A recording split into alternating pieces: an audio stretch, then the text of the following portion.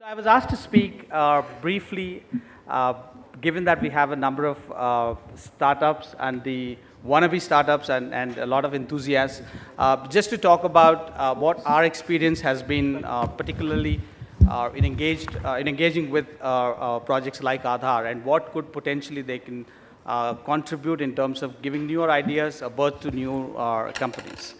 So I will make it very brief. But given at least my personal experience of working with the government is almost 15 years, I find it difficult to make it a TED talk, right? So I'll try and talk about some of the projects where we have worked, where we believed has actually created the so-called ecosystem.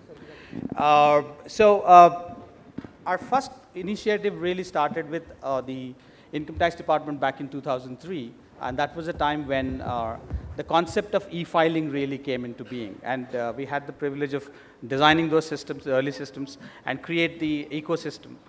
And I think the point that I really want to talk about is not to bore you with what happened in that project, but one quintessential question that came up at that point in time, that if we are going to do the e-filing and provide all of these online, how do we enable the businesses and the individuals to be able to actually file these returns, which always seen at least at that point in time perceived to be a very complex task. And we had a number of discussions, a number of representations from the lawyers, taxpayers associations, and lawyers and chartered accountants and so on and so forth. And intuitively, we knew that the solution really does not remain in the existing system, which was obviously seen as expensive and cumbersome and so on and so forth. And much to the dissatisfaction of many of my own colleagues in EY, who are all chartered accountants, we then had to actually open up that for graduates. And that was a time when I think they are called Sahayaks, Ayakar Sahayaks.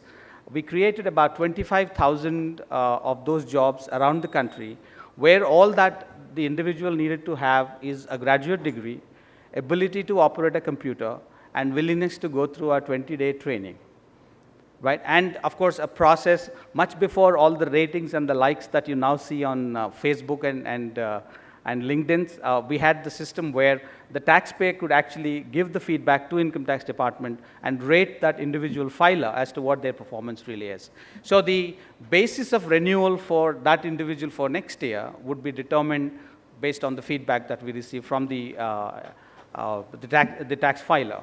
That created about 25 in year one, and I believe now it's sort of quadrupled, at least in terms of the capacities that are created. Now, these jobs have not existed, these processes have not existed, these, the applications that are required to enable all of that did not exist. And the company that actually developed that small interface on that computer was actually a 4-member company out of Noida, if I'm not mistaken, and then it's sort of, taken over by the big company. So that's one example. The second, today when we talk about the whole Aadhaar ecosystem that's really come about, even during the implementation of the project, and I think there is a lot of debate about Aadhaar, pros, cons, privacies, so on and so forth. I really don't want to get into that debate, other than just saying that a lot of them simply miss the point, right? So if you find a bunch of Aadhaar numbers and names on an internet website of a state government department, it's got nothing to do with Aadhaar. That's all I can tell you. That department has poor systems of maintaining their user data, like anybody else's data, right? So we hear about email hacks into some of these major email service providers every quarter. Now, do we take placards and candlelight marches to the Gateway of India? We don't do that, right? Or India Gate, we don't do that, right? We just simply ignore it. But if it happens in a government, we obviously talk about it. By no means am I saying it's allowed, or it's permitted, or it's permissible. It must be dealt with the kind of seriousness that's required. But my only request is that do not throw the baby with the bathwaters every time when you hear some Aadhaar leak happened somewhere, and therefore this Aadhaar system is bad. That's not how it is meant to be. It's meant to be, the Aadhaar system was built as as the name suggested, it's a foundational platform. nothing that exists in Aadhaar is available for anybody. Even if it is, hypothetically, the biometrics that are stored are not stored as biometrics, right? They are stored as a series of numbers. So even if you catch hold of that data, you will not be able to decrypt that to see what the biometric underlying inside it. So there is a significant amount of scientific and engineering knowledge that went into in terms of design of the system. But my point of discussion today is about what is the potential that that platform has in terms of providing opportunities for entrepreneurs, for startups, for those who really want to get onto the bandwagon. A lot of use cases are available today, and a lot of businesses are built. When I meet startups, the question that I always face from them is that, how can we use this platform to build the next billion-dollar business? I'm not discouraging, but I can tell you with reasonable certainty, you are not going to be able to build a billion-dollar business out of Aadhaar, right? And I think that's where people usually lose the plot. Government, according to me, is a fantastic ecosystem to foster scientific and engineering advancements and provide opportunities for those who wants to get into that adventurous space to provide that initial base, right? But you will have to figure out subsequently, how will that work out, how will that pan out, and what is it that you need to do beyond. I think the challenge that I often find from the conversations that I go through is that everybody wants to build mega systems that they can offer to governments. Now, unfortunately, the problems that we have with the citizens and the citizen services and the governments that they face is almost like a human body, right? It is not made up of, it's not an assembly of parts. It's an ecological system that has to grow very organically. So in doing so, a number of startups, and at the same time, when governments obviously come out with these kind of projects, they look for somebody who has the backbone to be able to deliver.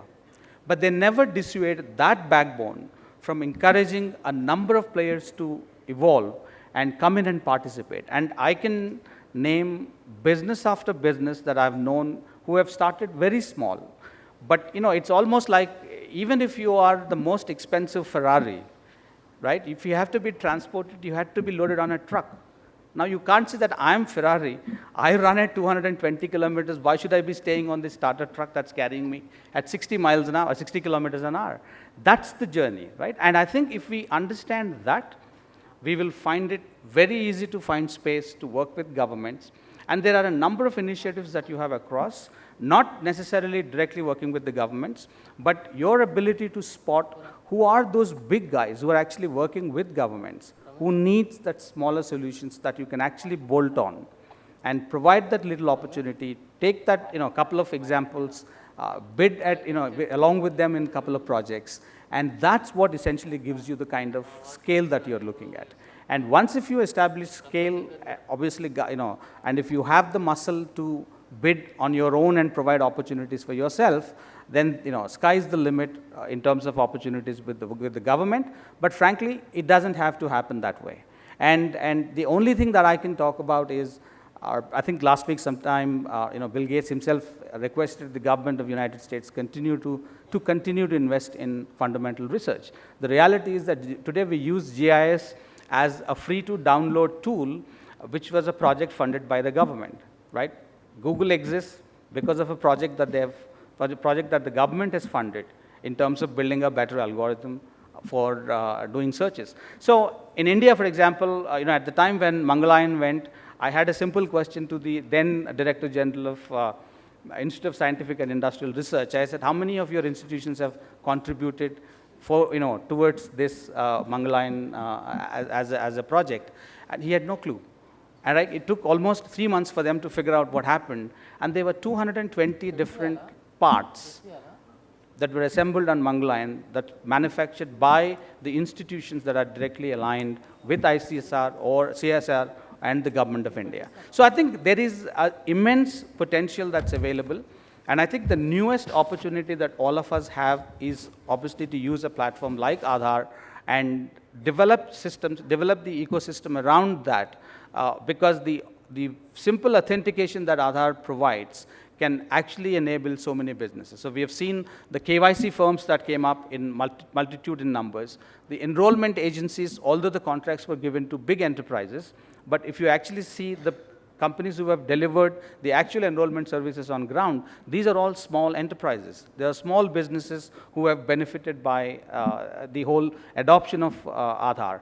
And you know, soon after we had the opportunity of working with the oil marketing companies, for example, the entire Aadhaar seeding that happened in the gas cylinder distribution, that was powered by a small company, you know, which barely had about 12 people, and thereafter taken over by a bigger system integrator and implemented across the world. So I think if you want to do business with government, you are not going to be $1 billion. If that's bad news, I mean, so be it. That's the reality. But if you have the persistence and ability to solve smaller problems, but do not shout from the rooftop that I have a solution. No, you don't. You have part of a solution. So you have to find that bigger bandwagon that you can align yourself, and that's when you will really see the success of working with governments. So I thought, you know, these are a couple of experiences that we have seen, and I thought it would be helpful to share with you. Thank you very much for listening, and we are waiting for the next session now.